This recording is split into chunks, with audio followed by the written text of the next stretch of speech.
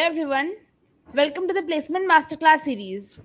We are with Arpit Raj sir, who is currently working as a software developer at Oracle. We are here to talk about his college life and his placement journey. For those of us who don't know you, if you could just briefly introduce yourself. Yeah, so I'm Arpit Raj, and right now I'm a BTech undergrad in eighth semester of EC, and right now I'm working as a associate software engineer intern in Oracle, and I have the offer of FT2 in the same company, Oracle. And Sir, would you tell us something about the beginning of your coding journey, sir? yeah, so coding journey मेरी शुरू हुई थी like हमारा second semester शुरू हो चुका था और उस टाइम अचानक से एक आउटब्रेक हुआ दिस इज कॉल्ड कोविड। हम सब छुट्टी में चले गए थे एंड उस वक्त कुछ करने को था नहीं। मेरे कुछ दोस्त लोग फर्स्ट सेमेस्टर से कर रहे थे कोडिंग बट उस टाइम मेरे को ज़्यादा इंटरेस्ट था नहीं। पर अगर आप खाली बैठे हो तो आपको लगेगा ना कि कुछ करना चाहिए। उस टाइम काफ़ी चल रहा था कि यार कुछ स्किल सीखो कुछ स्किल सीखो। तो फिर सुना कि कोडिंग तो करना है। सीनियर्स बोलते थे कि प्लेसमेंट के लिए कोडिंग करना तो चलो शुरू करते देखते क्या है। तो ट्वेल्थ में मेरा कुछ नहीं था लाइक कंप्यूटर साइंस नहीं पढ़ा था मैंने। तो फिर सी प्लस प्लस जावा ये सब सुना था लैंग्वेजेस होते हैं कुछ। तो फिर खुद से पढ़ना शुरू किया। सब सी प्लस प्लस कर रहे थे तो हम सोचे कि चलो सी प्लस प्लस करता हूँ। उसके बाद फिर धीरे धीरे करके कोडिंग में डिफरेंट डिफरेंट प्रोफाइल्स बनाया मैंने लाइक कोड शेफ में कोड फोर्सेस में सीपी के लिए कंप्यूटर कंपटीशन सबके लिए। उसके बाद फिर चलते रहा पढ़ते रहा फिर सेकेंड ईयर क्रॉस खत्म होने ही वाला था। तो उस टाइम फिर एक प्रेशर आने लगता है कि इंटर्नशिप के लिए आपको तैयारी करनी होगी। और उस टाइम हमारे सीनियर्स काफ़ी अच्छे मतलब प्लेसमेंट शुरू हो चुका था। तो उन्होंने बोला कि डीएसए करना है। DSA is important for placements. तो फिर वो भी पढ़ा। GTFG और डिफरेंट प्लेटफॉर्म से पढ़ा। और सीपी मेरा उतना अच्छा नहीं था मतलब हम ट्राई किए बट मेरा उतना अच्छा नहीं था। तो फिर हम उसको साइड टाइम कर दिया और डीएसए पे फोकस किया कि चलो प्लेसमेंट पे ये ज़्यादा इंपॉर्टेंट है। जैसे सीनियर्स ने कहा तो हमने माना। और फिर डिफरेंट डिफरेंट लिस्ट से लाइक तो उससे पढ़ा डिफरेंट टॉपिक्स पढ़े जो इम्पोर्टेंट रहते हैं। फिर थर्ड ईयर इंटर्नशिप के लिए कंपनीज आ रही थी। तो अगर तुम कोई इंटरव्यू की तैयारी करते रहोगे तो तुम ना चाहते हुए भी तुम रेगुलर पढ़ोगे रेगुलर जानते रहोगे। तो इसी तरह मेरा कोडिंग जर्नी शुरू हुआ और फिर वो चलते रहा। हर दिन एक मतलब टाइम टाइम टेबल टाइप का बन गया था कि चलो इस टाइम से कोडिंग करना है पढ़ना है उसके बारे में और फिर चलते रहा। So, how did you approach your academics? Like, how did you manage your social life as well as academics okay so academics and social life. तो and placement also? 2020 place so obviously so 2020 और 2021 में academics तो online थे विच जो हम लोग के batch के लिए कुछ थोड़ा सा अच्छा था कि थोड़ा चिल था कि चलो एग्जाम्स ऑनलाइन होने वाले हैं। तो उसके लिए उतना बहुत ज्यादा मेहनत नहीं पर हाँ पढ़ना पड़ता है। बाकी इधर तो चल रहा था कि प्लेसमेंट्स के लिए आप पढ़ाई कर रहे हो। सोशल लाइफ तो बहुत कम हो चुका था सिर्फ फोन पे बात करते थे वीडियो कॉल्स और ये सब यही सबसे चल रहा था। तो कभी वो पॉइंट नहीं आया कि मेरे को लगा कि बैलेंस करना पड़ेगा। और आप घूमते हो ऐसा नहीं है कि लाइक मैं आई थिंक सो बीच बीच में ट्रिप पे चला जाता था। थर्ड ईयर में जब सबका इंटर्नशिप का लोड चल रहा था तो मैं अचानक से मुझे हुआ कि यार अब ब्रेक लेते हैं। तो मैं चला गया लाइक उत्तराखंड घूमने के लिए। फिर वहाँ मजे किए क्योंकि मेरे अनुसार क्या है कि लाइफ में टेंशन रहेगी और कोई डिनाई नहीं करता इसको। बट आपको थोड़ा चिल भी रहना पड़ेगा लोगों से मिलना होगा ऐसे वो साइड में बैठ के क्योंकि ये लास्ट में ये सब चीजें आप कैसे लोगों से बात करते हो ये इंटरव्यू में आपको काम आए। क्योंकि interview it's like personal interview तुमको खुद बात करना है किसी से। तो ऐसे नहीं होता कि जेई से जेई में जैसे हम लोग रहते हैं कि बैठ के तो पढ़ना है एमसीक्यू में मारना है उसके बाद फिर कॉलेज हो गया। उस तरह कुछ होता नहीं है। और फिर क्लब्स रहते हैं क्लब्स में पार्टिसिपेट करना होता है। तो उससे अच्छा रहता है कुछ कुछ बातें आप सीखते हो। और डिफरेंट कभी कभी ऐसा भी होता है कि पीयर ग्रुप्स के कारण आप बात कर रहे हो तो आप पूछोगे कि अच्छा क्या कर रहे हो यार, तो वो बोलेगा कि मैं ये पढ़ रहा हूँ, तो फिर आपको लगेगा अरे यार हमको भी पढ़ना है ये चीज, तो इस तरह होता है। Something sometimes it's important. तो बैलेंस की बातें जहाँ तक है ज्यादा ही बोल दिया। खैर एकेडमिक बैलेंस की वैसे कुछ थी नहीं रिक्वायरमेंट, लाइक तुम एक पर्टिकुलर टाइम टेबल फॉलो करोगे, ऐसा कोई इंसान नहीं होता जो 24 घंटा बस बैठ कंप्यूटर के सामने बैठ के पढ़ रहा होता है। सॉन्ग सुनो, लोगों से बात करो, 1-2 घंटा दोस्तों के साथ बिताना भी इम्पोर्टेंट है, थोड़ा दिल हल्का होता है, पेरेंट्स हैं उनसे बात करो, फैमिली से बात करो। तो हर टाइम ऐसा ही चल रहा था। इवन प्लेसमेंट्स के टाइम भी जब आदमी का बहुत प्रेशर होता है, हर लड़के के पास तुमको लगेगा कि यार तेरा बगल वाला का प्लेसमेंट होगा, तेरा नहीं हो रहा, तुम में क्या गलती है। तो कभी कभी वो अकेलापन जो है उसे उससे बचने के लिए आपको बातें करनी होती है, लोगों से मिलना होता है, शेयर करनी होती बातें, पेरेंट्स हैं, दोस्त हैं, जो भी हैं। तो इस तरह बैलेंस होता है। और मेरा बस यही है कि I was fortunate that corona time में मेरे को ये वाला फेस गुजर गया था मेरा। तो लाइक टोटल कितने सेमेस्टर, सेकंड थर्ड 5 या 6 सेमेस्टर्स तो मेरे ऐसे ही गुजर गए थे ऑनलाइन। अभी के लोगों में थोड़ा ज्यादा प्रेशर है because they have to give offline exams, हम लोग तो ऑनलाइन था, लोड नहीं था, कम था, बट सही था। Balance is important in everything. So, sir, how did you come across this opportunity? I mean, whether it was on campus or off campus, and what was the eligibility criteria for that? Okay, so it was an on-campus opportunity. Oracle has come to NIT Jamshedpur, and the eligibility criteria was pretty simple. It was like the person should have 7+ CGPA and it should belong to circuital branches. Circuital branches meaning computer science, electronics and communication, and electrical. And these were the eligibility criteria. And there was only one role offered in it. It was associate software engineer. In other companies, it's called SD1, but in Oracle, it's called associate software engineer in communication global business unit. So this was the whole about the role, and a person should know coding. Obviously, that's one of the important factor, since you're going in Oracle, and Oracle is famous for technologies like Java and SQL. uh, the people who don't know that Java is owned by Oracle, so you should know about coding because Java is made by C++. So at least that's the first thing. Then CGPA तो 7+7 CGPA सबसे common है, सबका होता है, किसका नहीं होता है, तो हो ही जाता है एक पॉइंट ऑफ टाइम के बाद। तो दैट्स है बस, ये एलिजिबिलिटी क्राइटेरिया इतना ही था। And the hiring process was like you have to give an OA, online assessment test. It consists of 3 questions. One was related to REST API. Second was SQL question, means database question, and the third question was coding question.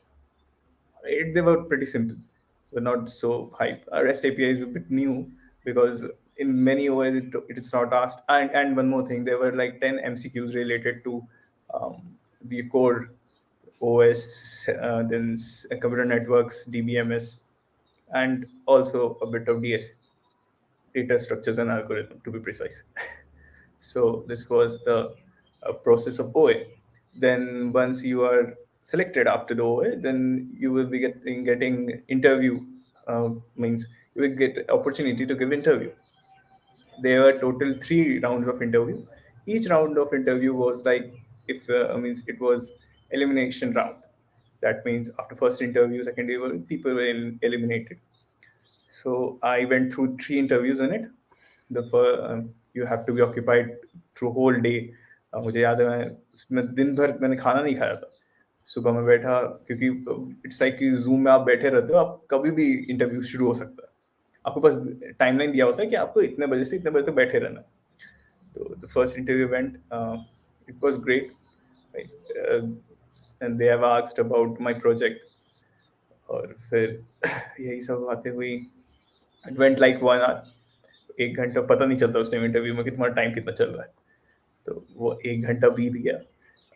Questions were asked from oops, या आई oops से काफी questions पूछे गए थे and then coding question थे bit manipulation simple वो तो solve हो ही जाएंगे शायद करना दो मतलब उस टाइम में तुम्हें यू हैव टू बी आप इतना प्रैक्टिस करते हो कि मैंने जितने इंटरव्यूज दिए ऐसे कोई भी कोडिंग क्वेश्चन नहीं थे जो मुझसे बने नहीं थे बस वो एक होता है कि आप प्रेजेंटेशन कैसे दे रहे हो और लोगों को कैसे समझ में आ दैट्स द ओनली फैक्टर क्योंकि वो ऐसा कोई क्वेश्चन बचता नहीं है जो काफी नया हो आपके लिए अगर आप काफी सारे लिस्ट में क्वेश्चंस डिफरेंट लिस्ट होते हैं उसमें क्वेश्चंस कर दोगे तो हो जाएगा उसके बाद फिर ऊप्स से रिलेटेड क्वेश्चंस क्योंकि oops is a common factor मतलब काफी यूज होता है तो ऊप्स और ऊप्स को प्रिसाइसली होते हैं ऑब्जेक्ट ओरिएंटेड ये ऑब्जेक्ट ओरिएंटेड प्रोग्रामिंग तो ऊप्स था उसके बाद फिर वो सारे हुए फिर कुछ मेरे प्रोजेक्ट से रिलेटेड क्वेश्चंस पूछे गए फर्स्ट राउंड में ही मुझसे पूछ लिए गए थे इन प्रोजेक्ट से रिलेटेड सो इट वाज थोड़ा हार्ड लग रहा था क्योंकि वो काफी डीप जा रहे थे उसमें बट मैंने कर लिया कि यार इतना पढ़ा है कि हो जाएगा तो फिर फर्स्ट राउंड हुआ ओवर हुआ तो बैठे हुए पता नहीं है कि नेक्स्ट राउंड में होगा कि नहीं then I went to second round में जो इंटरव्यूअर थे वो इंट्रोडक्शन होता है उन्होंने क्या कि you know I am OS specialist in Oracle बस OS में ऑपरेटिंग सिस्टम स्पेशलिस्ट है वो आदमी तो आप एक्सपेक्ट करते हो कि OS के ही क्वेश्चंस पूछेंगे और मैंने सारी चीजों की तैयारी की थी DSA के क्वेश्चंस पूछना एक दो क्वेश्चन पूछे होंगे वो बनाया उनका कि कोड मत करो मुझे लॉजिक बता दो लॉजिक बताया उसके बाद फिर वो OS में आए अब ऑपरेटिंग सिस्टम जब आप पढ़ोगे तो इट्स लाइक कि आप स्टूडेंट लेवल में पढ़ रहे होते वो SD लेवल में उन्होंने जाना है तो ऐसे बहुत सारे क्वेश्चंस थे जो काफी नए थे बट आप अगर पढ़े हुए हो आपको बेसिक्स क्लियर है तो आप कैच कर सकते हो कि हो सकता है कि ये भी होगा लाइक एक एग्जांपल था चाइल्ड प्रोसेस का मतलब child process and child process था और एक और था चाइल्ड प्रोसेस था कि आज के ज़माने में चाइल्ड प्रोसेस ज़्यादा यूज़ होते हैं क्यों यूज़ होते हैं ज़्यादा तो आप वो पढ़ोगे तो समझ में आएगा कि चाइल्ड प्रोसेस इसलिए यूज़ होते हैं क्योंकि एफिशिएंट ज़्यादा है तो इस तरह से होते गया और वो राउंड वाज द लॉन्गेस्ट वो 1.5 आवर्स का राउंड था वो सेकंड राउंड जो था मेरा इंटरव्यू का और जब मैं बाहर निकला तो मैंने टाइम देखा इट वाज 1.5 आवर मैं उनसे बात कर रहा था सिर्फ इंटरव्यू में फ्लो बन गया था थर्ड राउंड सबसे हुआ इट्स काइंड ऑफ मिक्स कि HR टाइप का था बिकॉज इट्स मैनेजरियल राउंड तो उसमें मैनेजर बैठे रहते तो मेरा तो सिंपल था it was half an hour वाला था तो कुछ थोड़ा से मेरा ज़्यादा क्योंकि पिछले राउंड में 1.5 आवर्स मेरा हो चुका था शायद उन्होंने सोचा था कि ज़्यादा ही इसका ले चुके हैं तो लास्ट राउंड जो था उसमें मुश्किल से मेरे को 10 to 15 मिनट्स मेरे को फोन के उसमें सिंपल एक छोटा सा फिबोनाची वाला नंबर क्वेश्चन था वो बनाया फिर थोड़ा मोड़ा पूछा कि like my background and all so बोला दैट्स इट तो क्या दैट्स इट या that's it your interview review is positive process खत्म होता है this was the process hiring process of Oracle that's it So what was the strategy for the placement? strategy Preparation for placement.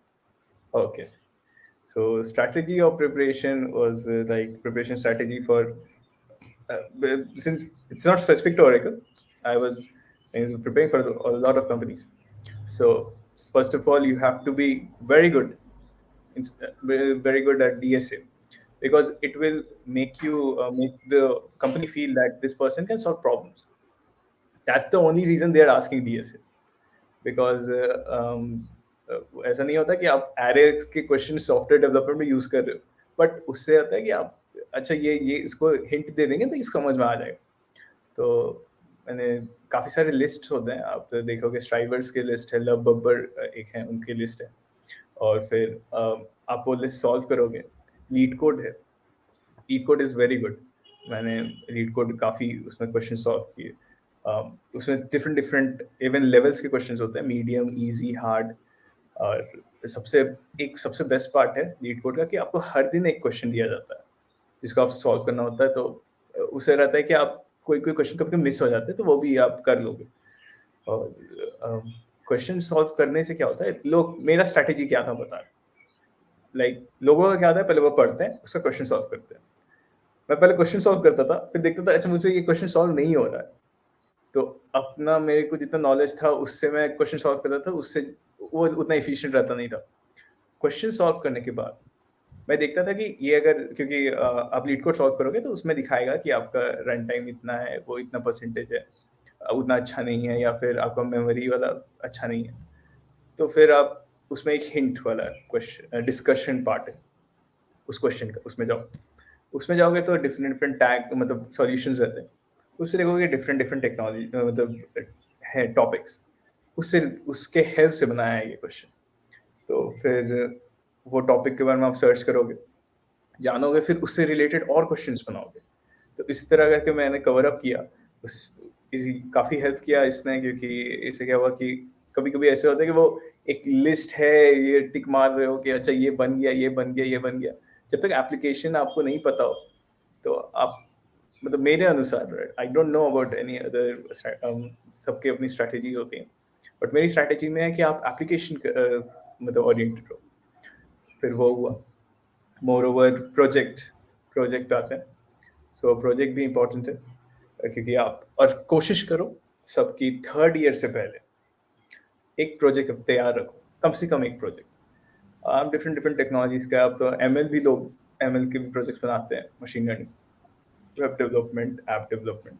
मैंने web development किया, तो उसका एक project मैंने बनाया था, it was quite simple, internship के टाइम, इंटर्नशिप के टाइम नहीं, लाइक सेकेंड ईयर एंड होने के बाद। फिर थर्ड ईयर में भी प्रोजेक्ट्स बनाते रहा, बिकॉज प्लेसमेंट में आपको थोड़ा और अच्छा प्रोजेक्ट बनाना होगा, क्योंकि प्रोजेक्ट बनाना, अच्छा प्रोजेक्ट बनाने से आपका क्या है कि आपका एक राउंड आपके हाथ में होता है, आपने प्रोजेक्ट बनाया, आपको टेक्नोलॉजी पता होती है, उसमें क्या क्या आपने यूज किया है, आपको उससे रिलेटेड क्वेश्चंस भी पता होते हैं, तो आप एक्चुअली अपने अनुसार वो इंटरव्यू प्रोग्राम्ड कर चुके हो, उसके हर एस्पेक्ट्स को आप जान चुके हो, तो सामने वाला क्वेश्चन पूछेगा तो आपको पता है कि वो अच्छा ये यही पूछने वाला है। तो दैट वाज इजी पार्ट, इसलिए प्रोजेक्ट बनाना चाहिए। और प्रोजेक्ट्स बनाने से होता है कि आपको एक टेक्नोलॉजी में पता होता है, वेब डेवलपमेंट, क्योंकि आप जब एक कंपनी में जाओगे तो आप डेवलपमेंट करोगे, लाइक फ्रंट एंड करोगे, बैक एंड करोगे, लाइक मैं ओरेकल में हूँ, बैक एंड कर रहा हूँ, ऐसा नहीं है कि यहाँ पे मैं वो C++ के कोड लिख रहा हूँ, पर बैक एंड में काफी चीजें होती हैं, तो आपको कुछ तो आइडिया रहेगा। जैसे मेरा था वेब डेवलपमेंट, तो मैंने रिएक्ट जेएस, मर्न बोलते हैं, मर्न टेक्नोलॉजी, MongoDB, Express.js, Node.js और React.js, इसके हेल्प से प्रोजेक्ट बनाया था। दैट्स अ फुल स्टैक मतलब था, उसमें बैकएंड भी था, फ्रंट एंड भी था। फिर एक सिंपल सा बैकएंड का बनाया था और एक फ्रंट एंड का बनाया था, तो 3 मेरे तैयार थे प्लेसमेंट तक। ऐसा नहीं कि इंटर्नशिप के टाइम भी कैन नॉट बूस्ट किया, उस टाइम भी था, बट हाँ थर्ड ईयर भी काफी समय होता है, तो बनाया। तो उस पर भी रिलेटेड क्वेश्चंस आप गूगल में सर्च करो, लाइक मैंने रिएक्ट जेएस यूज किया है, तो आप लिखो कि top interview questions in React JS, तो उसमें काफी सारे इंटरव्यू बिट के क्वेश्चंस रहते हैं, इंटरव्यू बिट में काफी अच्छे क्वेश्चंस होते हैं, उनके आंसर्स के साथ रहते हैं, तो आपको काफी कुछ पता होता है। और फिर इस तरह करके कोडिंग हो गया, वेब डेवलपमेंट हो गया। Now come to core subjects में सीएस कोड काफी इंपॉर्टेंट होता है, इंटरव्यूज में वो भी एक रहता है कि आप सब कोडिंग क्वेश्चन सॉल्व कर लो, पर लास्ट में अगर आप कोड वाले में नहीं करोगे तो थोड़ा दिक्कत है। तो फिर कोर सीएस में आपका आता है operating systems, OOPs, then DBMS और कंप्यूटर नेटवर्क्स उतने ध्यान से लोग पढ़ते नहीं। हाँ, एंड वन मोर थिंग, कोई कंपनीज में सिस्टम डिजाइन भी पूछा जाता है। System design is important. धीरे धीरे सारी कंपनीज पूछ रही हैं सिस्टम डिजाइन, तो आपको कुछ तो आइडिया रहना होगा। और वही सेम चीज कंप्यूटर नेटवर्क्स का भी है। सारे लोग कंप्यूटर नेटवर्क्स नहीं पूछते अच्छा से, बट कंप्यूटर नेटवर्क्स इंपॉर्टेंट है, तो आपको एटलीस्ट ओएसआई मॉडल उसमें एक टॉपिक है, वो उसके बारे में कुछ पता होना चाहिए। बाकी ओएस, ऊप्स एंड डीबीएमएस, ये 3 चीज काफी इंपॉर्टेंट है। And if you are going with companies like Qualcomm and Oracle, जिनको हेरिटेज कंपनीज बोलते हैं, तो वो सीएस स्कोर तो पूछेंगे आपसे। टीएसए आप जितना भी अच्छा कर दो, अगर सीएस स्कोर में गड़बड़ा गए तो दिक्कत है वहां पे। उन्हें लगेगा कि because they are working in it, तो उन्हें कुछ तो आपको देना होगा ना कि हाँ मैं उस कल्चर में हूँ। तो CS कोर मैंने पढ़ा था, वीडियोस मैंने देखे थे, लाइक TBMS के गेट स्मैशर्स के काफी लंबे वीडियोस हैं, बट गेट स्मैशर्स के एक प्लेलिस्ट आती है TBMS की, काफी फेमस प्लेलिस्ट है, उससे आप देख लो क्योंकि समय होता है तो आप देख सकते हो। वेल प्लान्ड वे में देखोगे तो अच्छा रहेगा।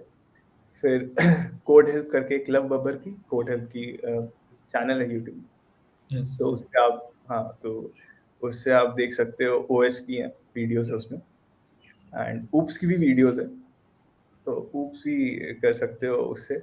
ऊप्स के लिए आप फिर GFG के आर्टिकल्स पढ़ सकते हो। OS के लिए भी सेम, GFG इज लाइक कि आपको पढ़ना ही है, तो वो तो सब चीज के लिए आपको पढ़ना होगा। GFG में आपको इवन फिर जब इंटरव्यूज आ रहे होते हैं तो आप कंपनी स्पेसिफिक क्वेश्चंस भी देख सकते हो।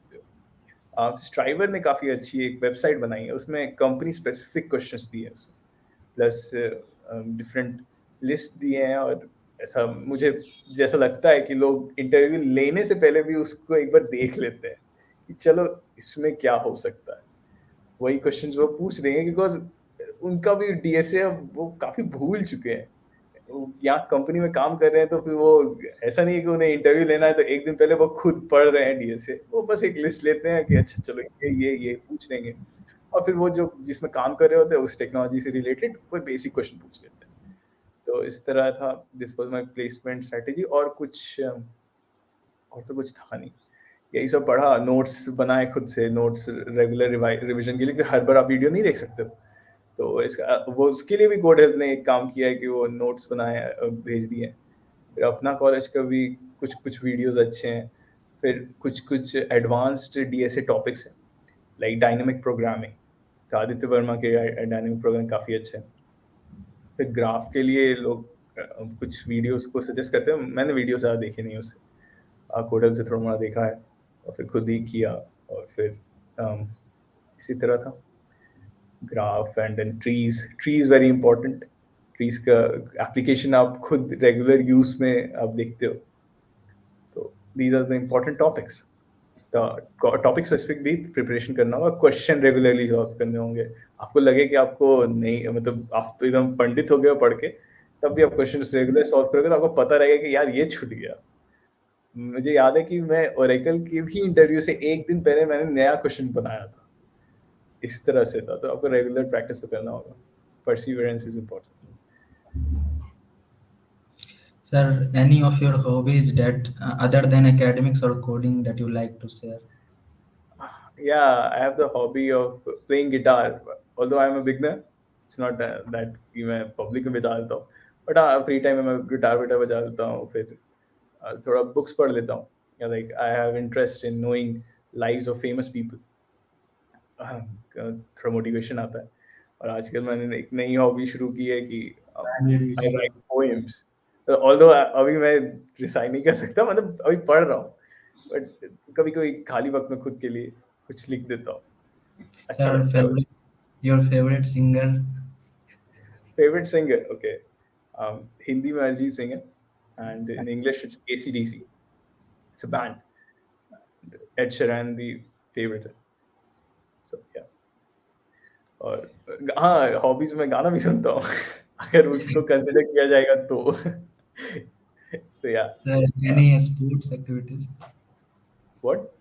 Sports? Sports, I am not that sports type of person, पर हाँ बैडमिंटन खेल लेता हूँ। बैडमिंटन बैडमिंटन ही खेलता हूँ यार, और तो कुछ खेला नहीं मैंने। और एक फुटबॉल कोशिश की थी, फिर फुटबॉल छूट गया, बस बैडमिंटन ही। अब बास्केटबॉल थोड़ा मोड़ा जानता हूँ। Yes. So, were there any moments when you felt particularly demotivated, and how did it affect you? A lot of time means that's the reality। अगर कोई इंसान बोलता है कि मैं डिमोटिवेट कभी हुआ नहीं, तो यार वो भगवान है, वो पॉसिबल नहीं है इंसान के लिए। सो या तो internship season, it was really like last moment तक, ऑल्दो काफी लोग का इंटर्न नहीं लगा था, स्टिल आपका नहीं लगता तो आप थोड़े दुखी रहते हो कि यार अब जो थर्ड ईयर का समर वेकेशन आपको घर में बिताना है। उसमें मेरे को फायदा भी हुआ कि वो समर वेकेशन मैंने और अच्छे से प्रिपरेशन की प्लेसमेंट के लिए, और फिर लगा कि यार चलो लेट्स गो, कुछ कुछ बड़ी कंपनीज थी जहाँ मैं ऑफ कैंपस गया था इंटर्नशिप के लिए, और लाइक इंटरव्यू राउंड्स तक मैं गया था, लास्ट इंटरव्यू तक गया, उसको फिर रिजेक्ट हुआ। दैट वाज उस टाइम मैं काफी डिमोटिवेट हो गया, तो मैं घूमने चला गया। यार हो गया मेरा, जा रहा हूँ, दिसंबर की बात है, दिसंबर 2021 की बात है। तो उसका इंटरव्यू था, वो काफी लंबा उसका प्रोसेस है उस पर्टिकुलर कंपनी का। तो अगस्त में उसका टेस्ट होता है, सितंबर में टेस्ट होता है, दिसंबर में इंटरव्यू होता है। तो फिर उस तरह हुआ, इसलिए लग रहा था यार इतनी बड़ी कंपनी, यार इंटरव्यू तक गया हूँ, हो सकता हो जाएगा। रिजल्ट आया, नहीं हुआ है, छोड़ा, चलो यार हम जा रहे घूमने के लिए। तो फिर उस तरह से आपको कभी कभी, और मेरे अनुसार कभी कभी आपको लोगों से बात करनी, कभी कभी आपको खुद के लिए एक समय निकालना होता है। तो फिर मैं वहाँ गया, मोटिवेट, फिर कॉलेज खुद गया, कॉलेज में आया, लोगों से वापस, वो दोस्त जो थे फर्स्ट ईयर में दोस्ती हुई थी, कॉन्टैक्ट तो रहते हैं बट ऐसा आप मिल नहीं रहे होते, तो थोड़े कॉन्टैक्ट टूट रहे होते। फिर वहाँ हुआ, फिर वापस से अच्छे से दोस्तों से मिलना हुआ। आप साथ में प्रिपेयर कर रहे थे, और तो इंटर्नशिप नहीं लगा, और थोड़ा दुख होता है, सच है, आई एडमिट।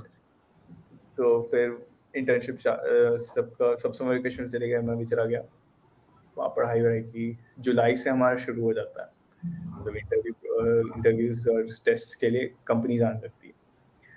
फर्स्ट कंपनी आई, लगा हो जाएगा, ओए निकलेगा, नहीं हुआ। Second, same result. थर्ड, एक बहुत बड़ी एमएनसी है, उसका इंटरव्यू के लिए लिस्ट आ गया, मेरा नाम था, आई वाज हैप्पी। और काफी बड़ी कंपनी है, I can not gate name, it's not. तो फिर उसने इंटरव्यू लिया, 3 राउंड्स ऑफ इंटरव्यू सबके हुए, काफी मुझे लगा कि मेरे अच्छा गया है, मतलब दोस्त ने भी कहा कि हो सकता हो जाएगा तेरा, हो सकता हो जाएगा, एक्सपेक्टेशन था।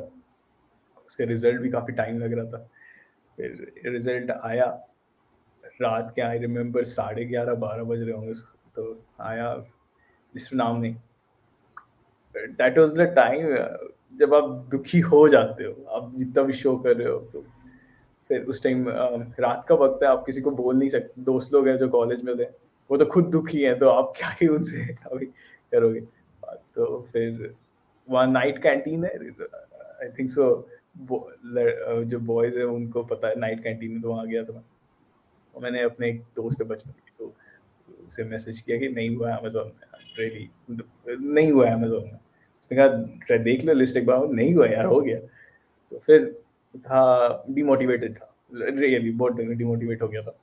बट फिर आई रिमेम्बर उसने एक बहुत अच्छा मैसेज भेजा था, काफी मोटिवेट किया। फिर दूसरे दिन फिर से एक कंपनी के टेस्ट था, बट उसका असर था, वो रिजेक्शन का असर था। दूसरे दिन के टेस्ट में भी नहीं हुआ। तो फिर नहीं हुआ तो अब क्या करें, फिर बैठा, सोचा कि अब रोने से कोई फायदा तो है नहीं, आगे और कंपनीज आ रही हैं। तो ये अगस्त टाइम चल रहा है, ठीक है, अगस्त का मंथ है। सोचा अब तो ये अगस्त मंथ में मुझे प्लेस तो हो जाना है।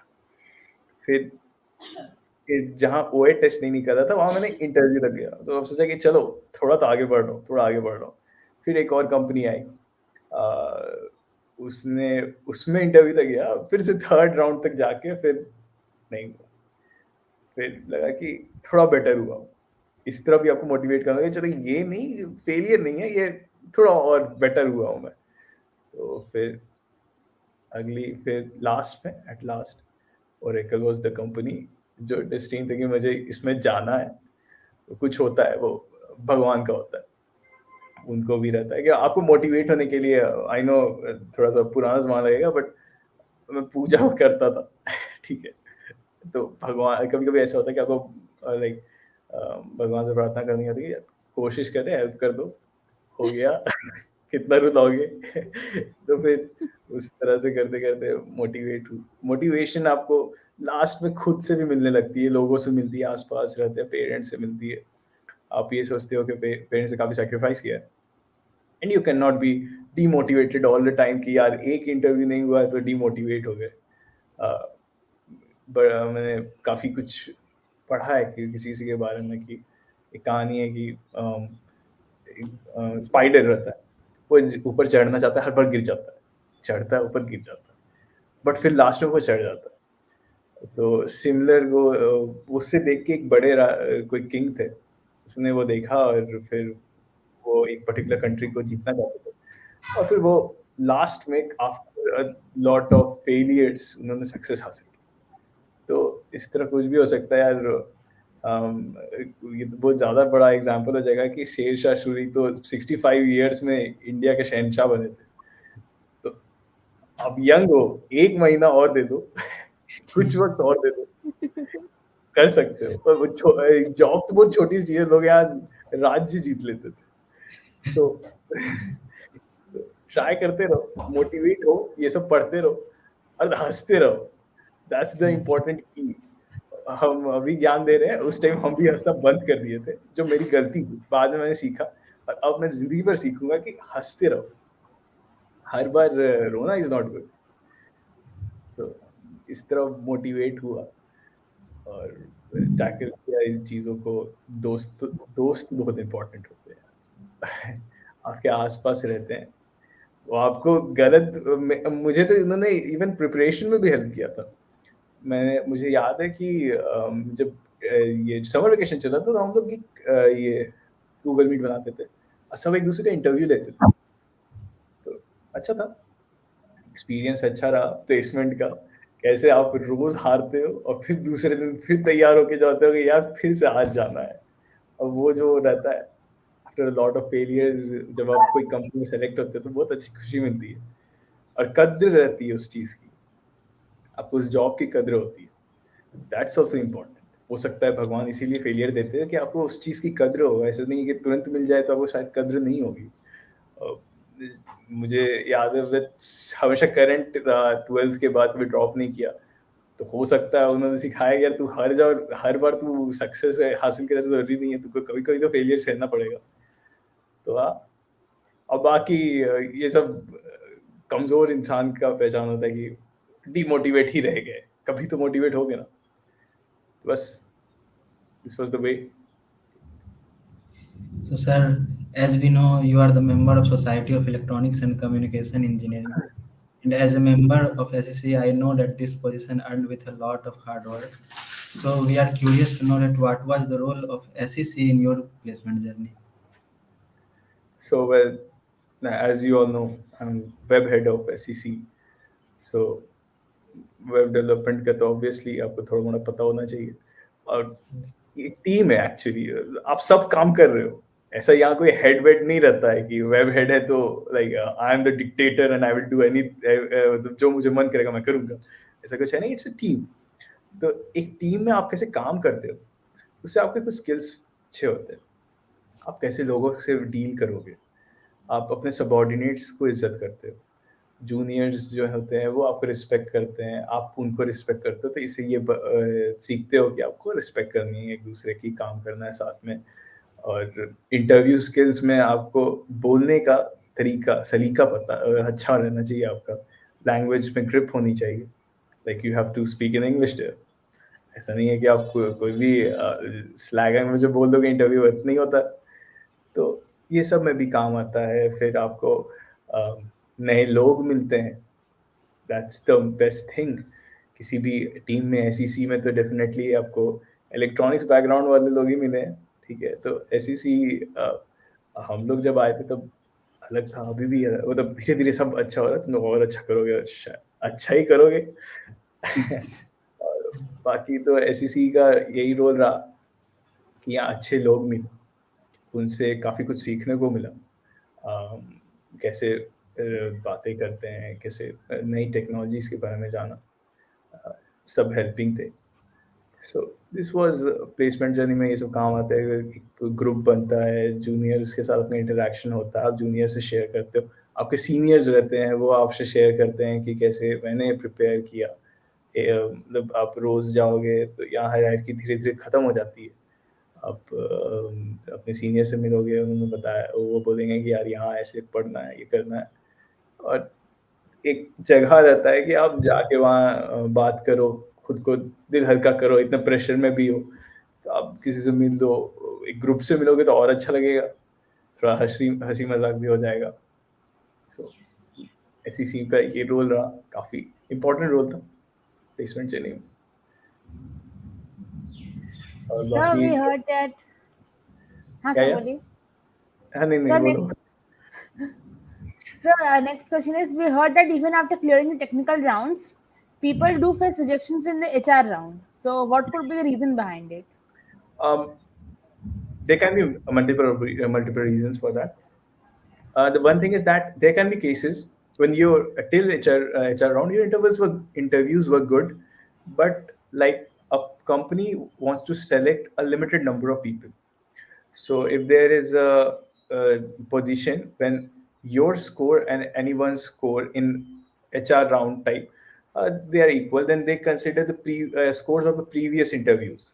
एलिमिनेशन राउंड्स मान लो है, ठीक है, तो फर्स्ट राउंड में तुम्हें 10 पॉइंट मिले, किसी को 8 पॉइंट मिले हैं, बट कट ऑफ जो है सो 5 पॉइंट या 6 पॉइंट का, तो दोनों सेकंड राउंड में आ गए, सेकंड राउंड में भी इक्वल रहे, फिर एचआर राउंड में भी इक्वल, पर दोनों में से एक को लेना है, तो अब वो कंसिडर करेंगे फर्स्ट राउंड में किसका कम है, फिर वो कंसिडर करके उन्हें वो सिलेक्ट करेंगे। तो ऐसा नहीं है कि एचआर राउंड स्पेसिफिकली आपको एचआर राउंड से रिजेक्ट किया जाता है, वो पूरा प्रोसेस में जब मैंने जाना है, वो पूरा प्रोसेस रहता है। एचआर राउंड में कभी कभी लोग कुछ गलतियां भी कर देते हैं, ऐसा नहीं है, लाइक कभी कभी लैंग्वेज प्रॉब्लम रहती, वो होता है, फिर कभी कभी किसी से पूछा जाता है कुछ लोकेशंस के बारे में कि आप ये लोकेशन में जाना चाहते हो, एंड ही इज रिजिड कि नहीं जाना चाहता हूँ, तो इस तरह के भी केसेस हुए हैं।